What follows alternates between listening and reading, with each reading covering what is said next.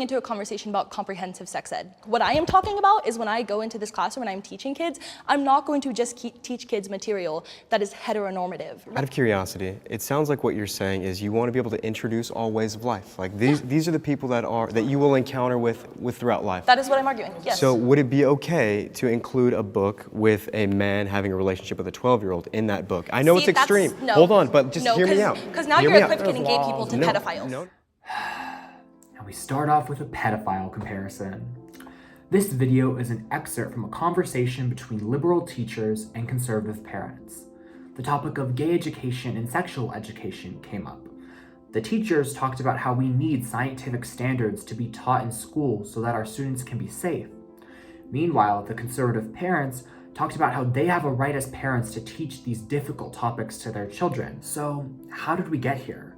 How did we get to the point where parents, teachers, and students are all divided on what sex education in public schools should look like? Well, that's what this video is here to talk about.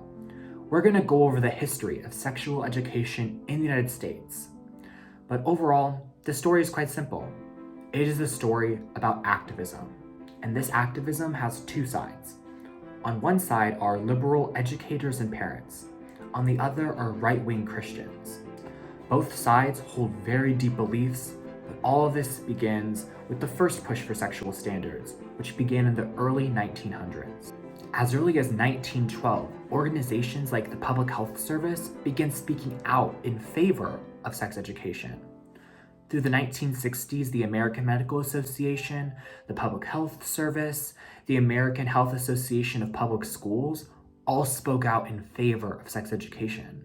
Sex education in the 60s not only included the sex standards of the times, which, albeit, are a lot less than they were today, but they were trying their best in the 60s, also included things about general family life, personal growth, and a lot of other topics. But even then, there were still oppositions in the 60s and 70s. These organizations, including the John Birch Society and the Christian Crusaders, would post pamphlets and speak to neighbors on their pulpits about how sex education in schools has gone too far. Although there was genuine pushback against sexual education in schools in the 60s and 70s, most of their calls did not succeed. That is because pro-sex ed advocates had much success in convincing the public that we do in fact need positive sex education standards, and one of the most prominent sexual education activists at the time was Mary Calderon. She was the president and co-founder of the Sexual Information and Education Council of the United States. She was also a partner with Planned Parenthood. One of her many great feats was in fact convincing the American Medical Association to end its prohibition on doctors giving information about birth control to their patients. She was able, in both of her positions at Planned Parenthood and the council, able to publish books setting standards for what sex education should be, both in schools and between a parent and a child. But Mary Calderon, like many of her pro-sex ed colleagues, were subsequently attacked by Christian organizations. Because what's more fun than attacking your political enemies with books and pamphlets full of defamation? Sounds fun to me. Gordon V. Drake, an anti-sex education activist working for the Christian Crusaders, posted a pamphlet criticizing Mary Calderon in 1968. This pamphlet, with the ever scandalous and ever promiscuous title called "Is the Schoolhouse the Proper Place to Teach About Raw Sex?" Agree or disagree? That is certainly quite a title. Gonna get the readers. And it was quite good in defaming Mary Calderon. This pamphlet specifically talked about how Mary Calderon and the Sex for Information and Education Council was trying to teach children about literal raw sex and also to teach them about communism. Yes, because what good story in the 60s, 70s, and 80s is there not a communist plot hiding beneath the surface? Specifically, the pamphlet said that Mary Calderon and all sex education in the United States was trying to lower the morality of children, lowering the morality low enough to make them more susceptible to communism. This pamphlet became one of the most widely disseminated anti-sex education publications in the history of the United States of America. It's an estimated over 250,000 of these pamphlets were read. And all the damage to her career caused Mary Calderon to step down from her position as president of the Sex Information and Education Council of the United States. But that wasn't even the biggest success of the Christian Crusaders or the Christian right in America.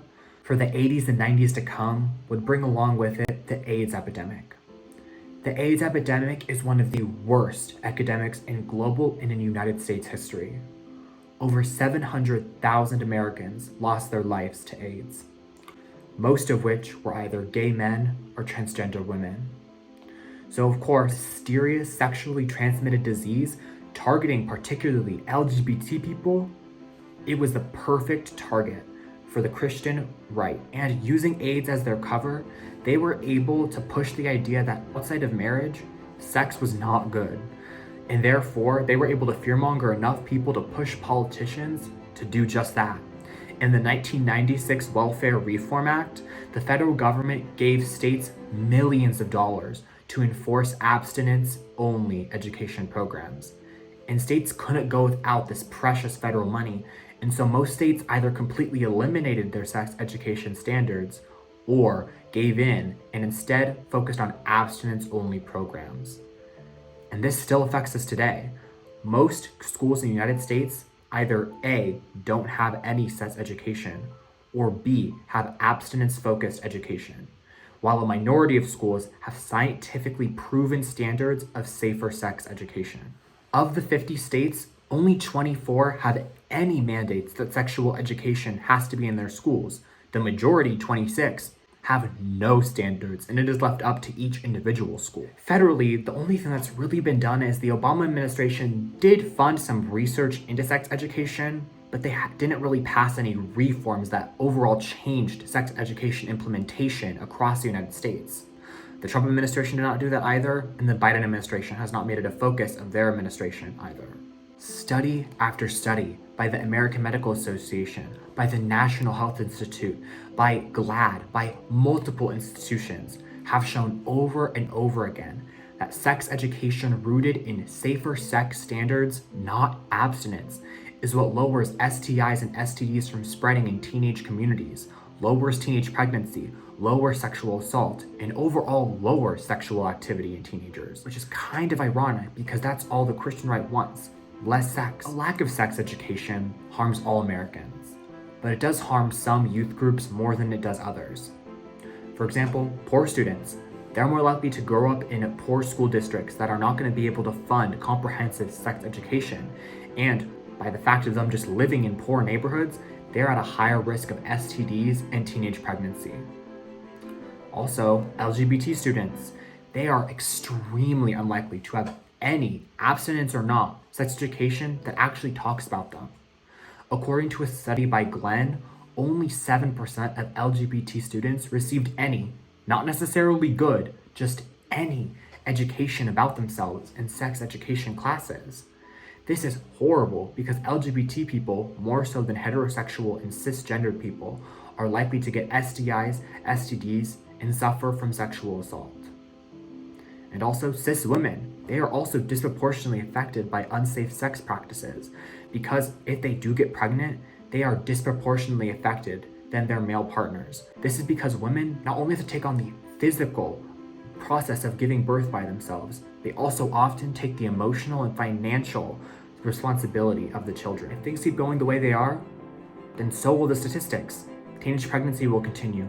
STDs and STIs will continue. Sexual assault will continue in the same rates as it does right now. But what we should all want is to make things better. So, unlike at the beginning of this video, where a conservative parent said teachers talking about sexual orientation is like them talking about pedophilia, no. A teacher talking about two dads is not like talking about pedophilia. A teacher telling their students about objectively safe sex practices is not teaching them raw sex. It is exactly what it is on its face. Teachers doing their job and fulfilling their responsibility, which should be to keep students safe. That is why we need safer sex education. Not one built out of fear, but rather built out of truth. And thanks for coming to my uncopyrighted TED Talk.